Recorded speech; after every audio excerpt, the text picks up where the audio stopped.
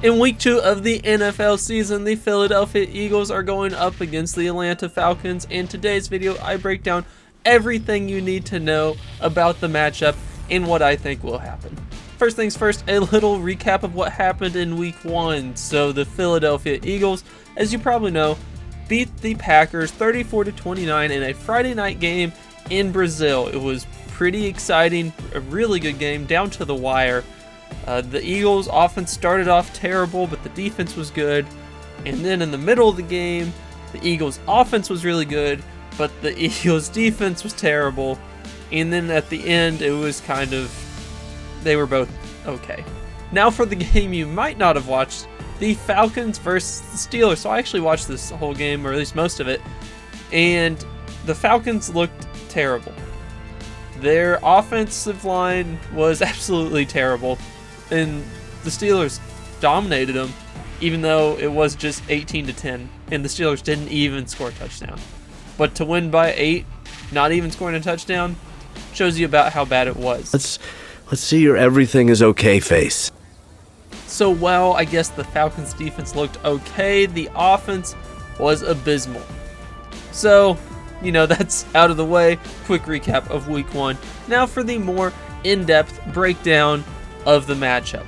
Starting off with the Eagles offense. So this is an offense that can kind of do whatever it wants, or it can crumble as it did last year. Jalen Hurts in week 1 was not very good, but he did still have 2 touchdowns and led the offense to 34 points. That being said, he had 2 interceptions. He should have had another one, and he got sacked multiple times. He didn't run the ball very well. So honestly, it was just about a C Jalen Hurts game. But that's better than a lot of quarterbacks' A game. That's better than Justin Fields' A game for sure. So that being said, not a great Jalen Hurts game. A huge improvement from what the Falcons went up against last week. So Justin Fields was 17 for 23 with 150 yards. Jalen Hurts will be much, much better.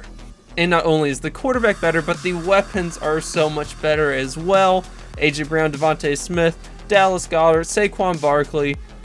I mean, that's just elite offensive weapon groups. And then Jahan Dotson actually didn't do anything in week 1. He had 1 target, and that target should have been picked off. So he did nothing but run around and get some cardio in week 1. But A.J. Brown and Devontae Smith especially looked as good as you can imagine. So who will be guarding this passing defense, and are the Falcons a good passing defense?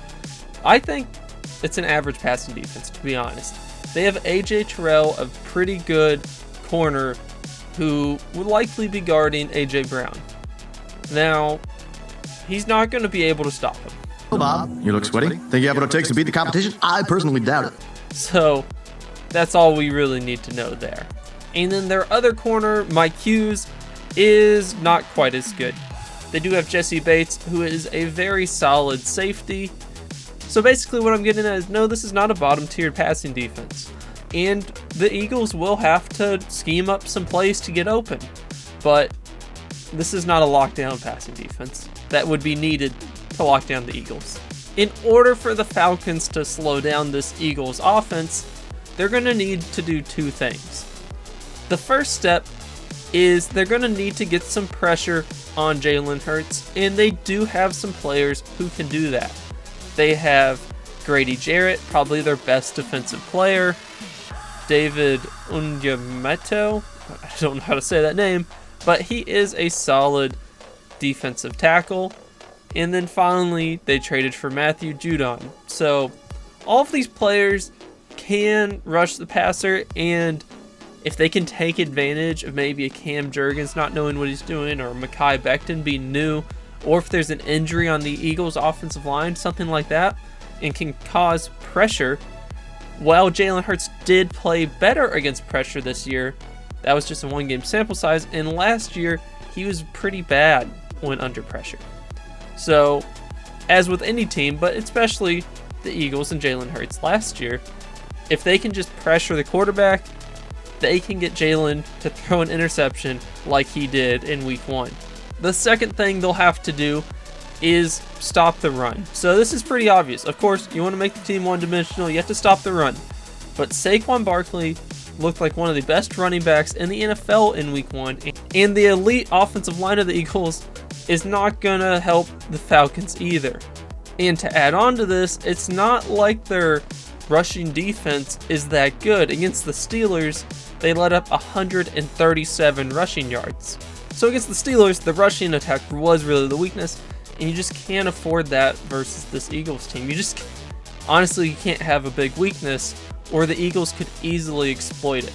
The one strength that was definitely there for this Falcons team on defense was their red zone defense. Well, not really the red zone defense, because the Steelers actually only made it to the red zone once, and they kicked a field goal, of course.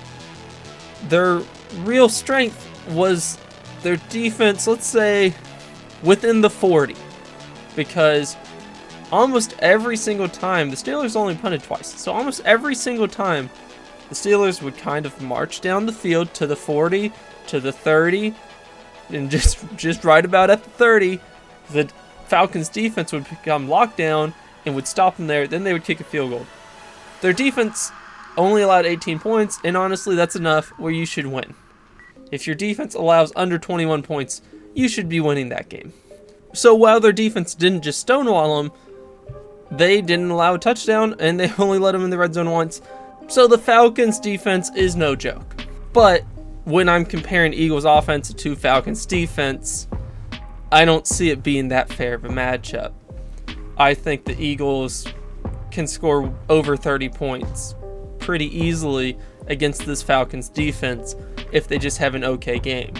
I mean, they had roughly a B tier game, maybe a C tier game against the Packers, and they put up 34 points with 31 of them coming in just 2 quarters. So that shows just how lethal this offense could be. And Vegas is definitely agreeing with me so far, because they think the Eagles will win by 6.5 points, which, if you don't know gambling spreads, that is a very big point spread, probably going to be one of the biggest of the weeks. If you like the video so far, please consider liking, subscribing, and commenting down below, but back to the video. So now the opposite side of the ball, what to me is a little more interesting. The Eagles defense versus the Falcons offense. So first, a breakdown of week 1 for the Falcons. Kirk Cousins, kind of famously at this point, almost never left the pocket. He seemed incredibly immobile, and TJ Watt was destroying him. There were 2 strip sacks that were called back on phantom penalties. Poor TJ, but still, there are 2 strip sacks that just didn't count. So looking at his stat line of 150 yards, 1 touchdown, 2 interceptions, 2 sacks, you really should add 2 fumbles to this as well. But they just didn't count. But it wasn't like a penalty that caused the play. It just was questionable reffing.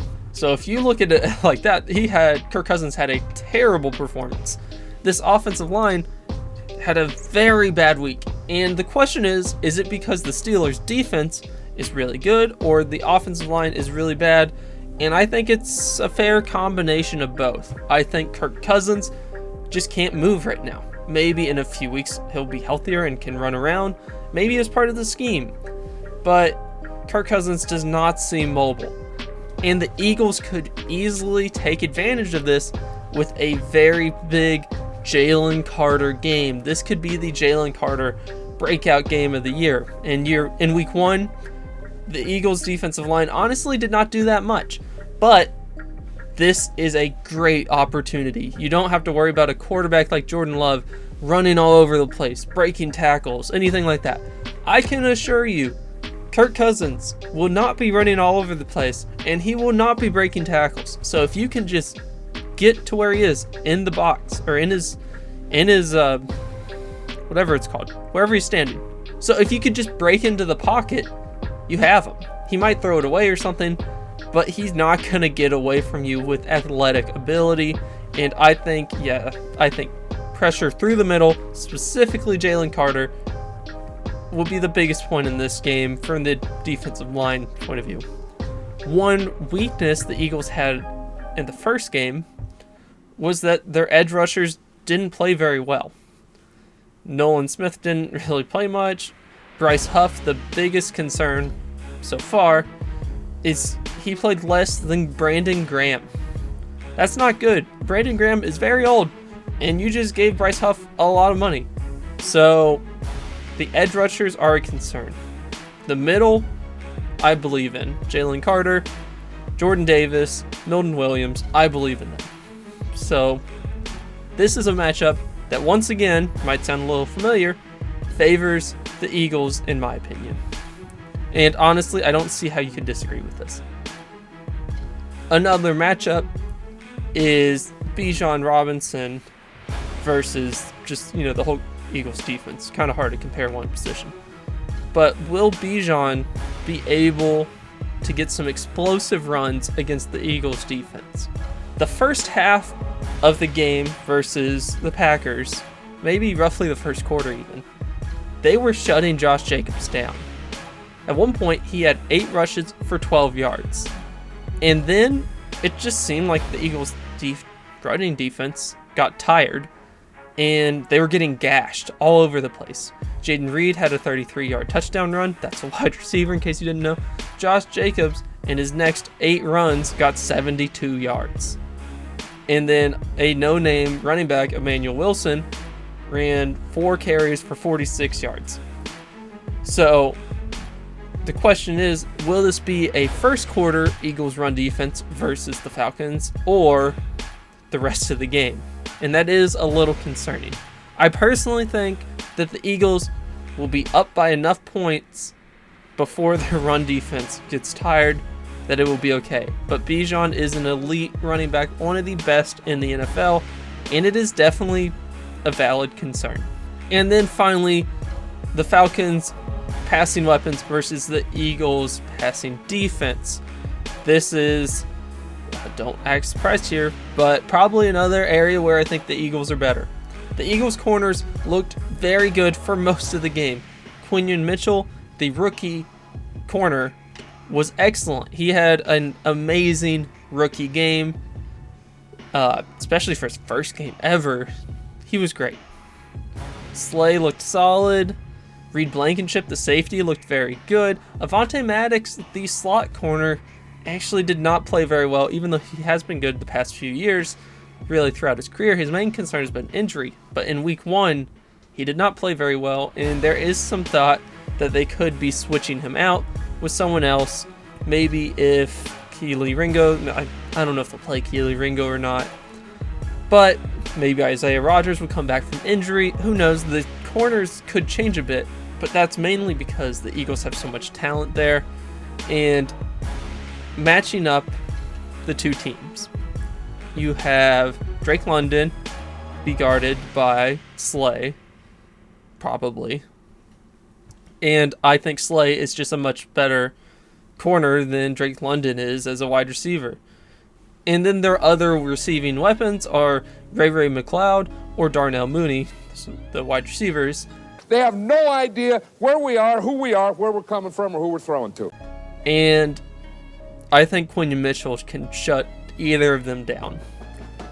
That leaves Kyle Pitts, and might be a little surprised, but I actually could see Kyle Pitts doing okay. I think a tight end could do decent against the Eagles defense, but not good enough to make a real difference. So overall, I know this is pretty homerish, and I am an Eagles fan, of course, but I just think the Eagles are an all-around better team than the Falcons are. I think it's not that close. This is a Monday night game. This is in Philadelphia. The Eagles have a better offense, and they have a better defense, a better quarterback at this point. I think that's pretty definite. A better quarterback, better wide receivers, running backs, let's call it tie, a better offensive line, a better defensive line, and better cornerbacks. But I don't know. Going into this season, I thought there was a chance the Eagles would lose to the Falcons, but they were just so unimpressive versus the Steelers in week 1 that I think the Eagles are going to win 38-24. 17. And I think those will be some garbage time points. I think the Eagles could really blow this team out and start rolling how they did in 2022 or in 2023 even, where you start the season off really strong. This could go wrong. How could it go wrong? Jalen Hurts throwing turnovers or fumbling it. Either of those. If either of that happens as frequently as it did in the first game, the Eagles could be in trouble. Or if there are more big plays on the defense, such as Bijan Robinson just running all over the Eagles defense. So, of course, this is the NFL. It could go wrong, but I just don't think it will happen, and I think the Eagles will handily win this game. It's not going to be like this every week, but my respect for the Falcons has fallen apart after watching them in week 1. So leave your thoughts down in the comments section down below, like, subscribe, and I will see you later.